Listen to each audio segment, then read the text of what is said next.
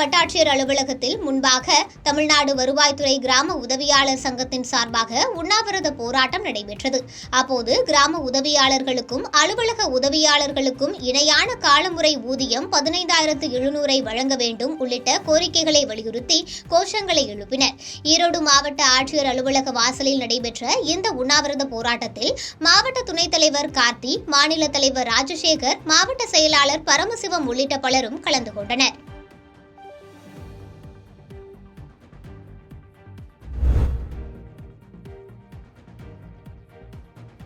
நாகப்பட்டினம் பழைய பேருந்து நிலையம் அருகே கூட்டுறவு நியாய விலைக் கடையில் தமிழக அரசு சார்பில் பொங்கல் பரிசு தொகுப்பு வழங்கும் நிகழ்வில் நாகப்பட்டினம் மாவட்ட ஆட்சியர் ஜானிடாம் வர்கீஸ், தமிழக மீன் வளர்ச்சி கழகத்தின் தலைவருமான கௌதமன் ஆகியோர் 1 கிலோ பச்சரிசி, 1 கிலோ சர்க்கரை மற்றும் முழு கரும்பு அடங்கிய பொங்கல் பரிசு தொகுப்பை வழங்கினர்.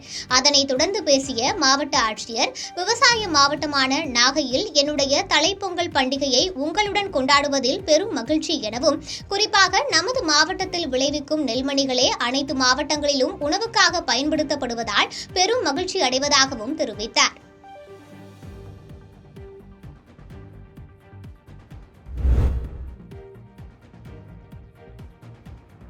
தமிழர்களின் திருநாளாம் பொங்கல் பண்டிகையை முன்னிட்டு தமிழ்நாடு அரசு சார்பில் குடும்ப அட்டைதாரர்கள் அனைவருக்கும் 1 கிலோ சர்க்கரை, 1 கிலோ பச்சரிசி, முழு நீல கரும்பு மற்றும் 1000 ரூபாய் பரிசுத் தொகை வழங்கப்படும் என தமிழ்நாடு அரசு அறிவித்திருந்தது.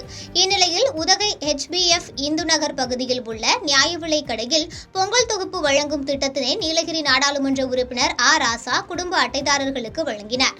இந்நிகழ்ச்சியில் மாவட்ட ஆட்சித்தலைவர் அருணா, மாவட்ட வருவாய் அலுவலர் கீர்த்தி பிரியதர்ஷினி உள்ளிட்ட அரசு துறை அதிகாரிகள் கலந்து கொண்டனர்.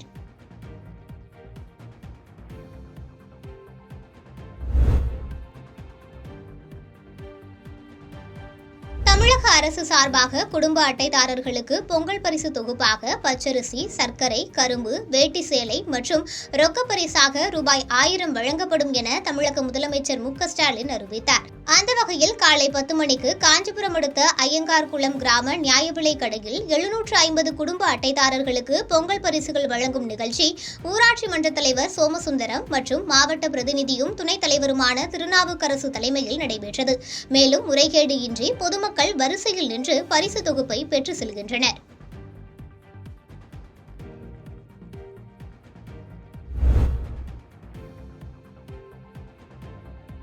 திருவண்ணாமலை மாவட்டம் ஆரணி அடுத்த ஆதனூர் கிராமத்தில் அதிமுகவை சேர்ந்த மாலதி சிவானந்தம் ஊராட்சி மன்ற தலைவராக இருந்து வருகிறார். இந்நிலையில் ஆதனூர் கிராமத்திற்கு செல்லும் 2 கிலோமீட்டர் சாலையானது முற்றிலும் சேதமடைந்து குண்டும் குழியுமாக காட்சியளிக்கிறது. இதுகுறித்து பல முறை புகார் அளித்தும் எந்தவித நடவடிக்கையும் எடுக்கப்படவில்லை என கூறப்படுகிறது. இதனால் ஆத்திரமடைந்த ஆதனூர் கிராம மக்கள் பள்ளிக்கு செல்லும் மாணவ மாணவிகள் உள்பட அனைவரும் ஒன்று கூடி ஆதனூர் கிராம சாலையில் நாற்று நட்டு போராட்டத்தில் ஈடுபட்டனர்.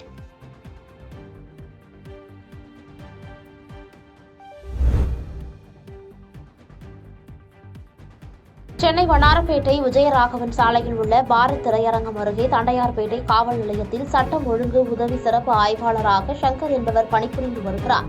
இந்நிலையில் இவர் தலைக்கவசம் அணியாமல் இருசக்கர வாகனத்தில் செல்லும் வீடியோவை தற்போது இணையதளத்தில் வைரலாக பரவி வருகிறது. மேலும் இதுகுறித்து வண்ணாரப்பேட்டை போக்குவரத்து காவல்துறை சார்பாக உதவி ஆய்வாளருக்கு அபராதம் விதிக்கப்பட உள்ளதாகவும் தெரிவித்துள்ளார்.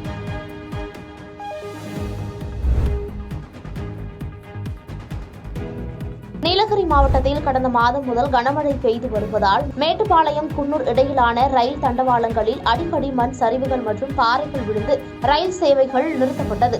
தற்போது பொங்கல் பண்டிகை நெருங்கி வரும் நிலையில் நீலகிரி மாவட்டத்தில் நேற்று முன்தினம் இரவு முதல் கனமழை மற்றும் மேகமூட்டம் காணப்படுவதால் முன்னெச்சரிக்கை நடவடிக்கையாக தென்னக ரயில்வே நிர்வாகம் வரும் 11ஆம் தேதி வரை மேட்டுப்பாளையம் உதகை இடையிலான மலை ரயில் சேவை ரத்து செய்யப்பட்டுள்ளதாக அறிவிப்பு விடுத்துள்ளது.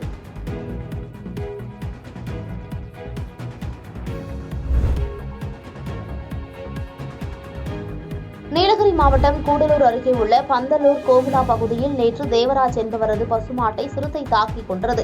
பின்னர் சம்பவ இடத்திற்கு சென்ற வனத்துறையினர் இறந்த பசுமாட்டின் உரிமையாளருக்கு நிவாரணத் தொகை வழங்க நடவடிக்கை மேற்கொள்ளப்படும் என தெரிவித்தனர். ஏற்கனவே பந்தலூர் சுற்றுவட்டார பகுதிகளில் சிறுத்தையின் அட்டகாசம் தொடர்ந்து அதிகரித்து வருவதால் தற்போது பசுமாட்டை சிறுத்தை தாக்கியது அப்பகுதி மக்களிடையே அச்சத்தை ஏற்படுத்தியுள்ளது.